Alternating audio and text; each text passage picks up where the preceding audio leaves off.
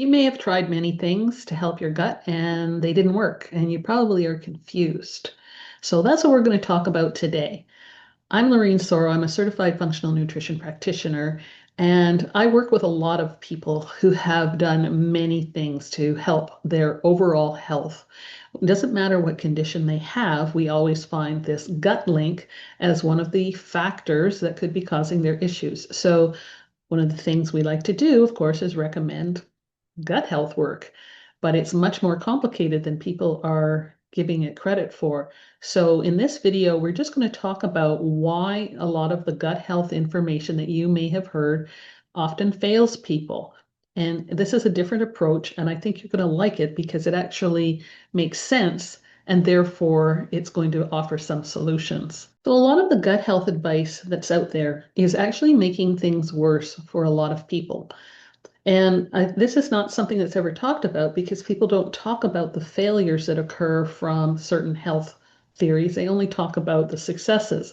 But if you ever belong to any Facebook groups or anything like that where you have people who suffer from various health conditions, you do get this sense that when it comes to gut health, they're not getting any advances that they thought they would get. So a lot of gut health advice sounds logical. Eat cleaner, remove trigger foods, add supplements, increase fiber, follow the rules. But many people follow this advice carefully and end up with more sensitivity, more fear around food, and a gut that feels less resilient than before.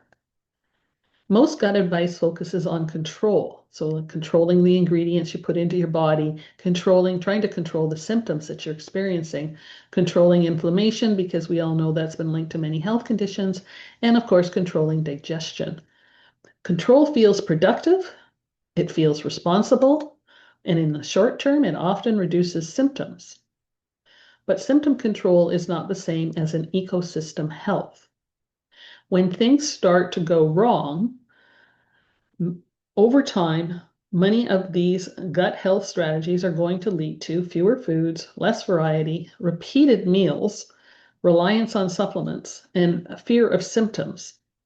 This narrows microbial diversity even when digestion looks calm. So, in other words, you're not giving enough variety to the microbes in the gut to make it function optimally. A quiet gut can still be underfed. The core problem, single lever thinking.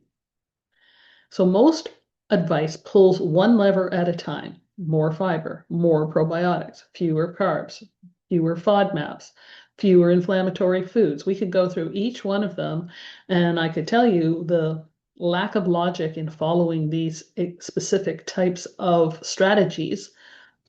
But the gut is, important thing is that the gut is not a single lever system. It's an ecosystem, and therefore it has to be fed and cared for to support a number of activities and, of course, microbes. When one lever is pulled repeatedly, others are neglected, and then other things develop. So why do people feel worse and not better?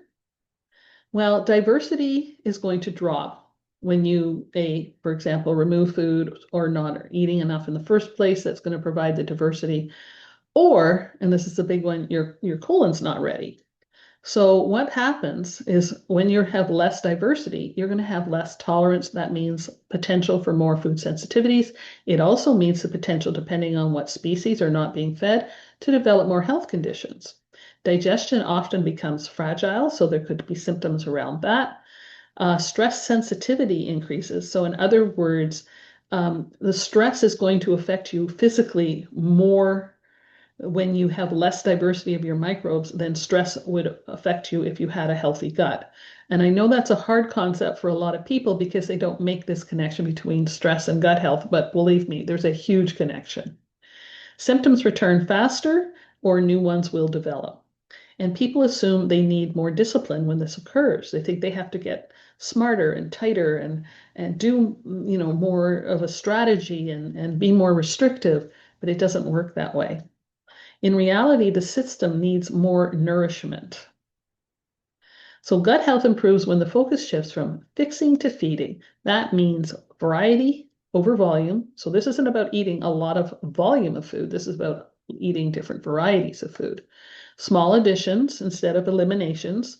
So, for example, if you really thought you had a problem with a specific food, have you ever tried having just a little teeny amount, like maybe a half a teaspoon or a teaspoon?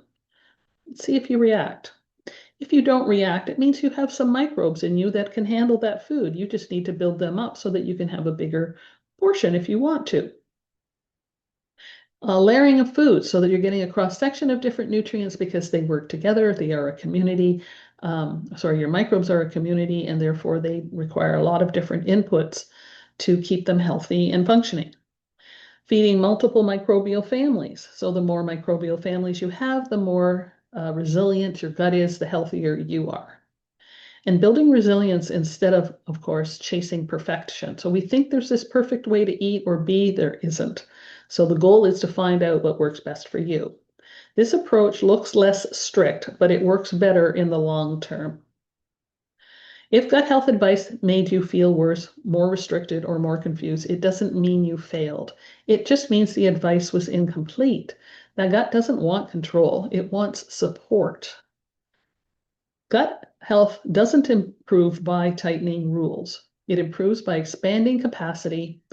This shift from control to nourishment is at the core of what I teach, and it's all about gut resilience. If you look in the description below, you'll find a link for a free webinar on the step framework for building gut resilience. And this is something maybe you should listen to. It'll really give you a good overview of what this is all about. If you find this helpful information, please check out my other videos that help explain your gut microbes and what they're looking for. You can also check the description box below for a link to a free webinar called the 4-Step Framework for a Resilient Gut. This will help fill in more of the missing pieces, and I think you'll find it quite interesting. And if you want a step-by-step framework to build microbial capacity comfortably, the gut balance method is linked below as well, or you can use the QR code that is here. Just click on it, read the details of what it's all about to see if that might help you as well. And if you like all of this, please hit subscribe and like for more content.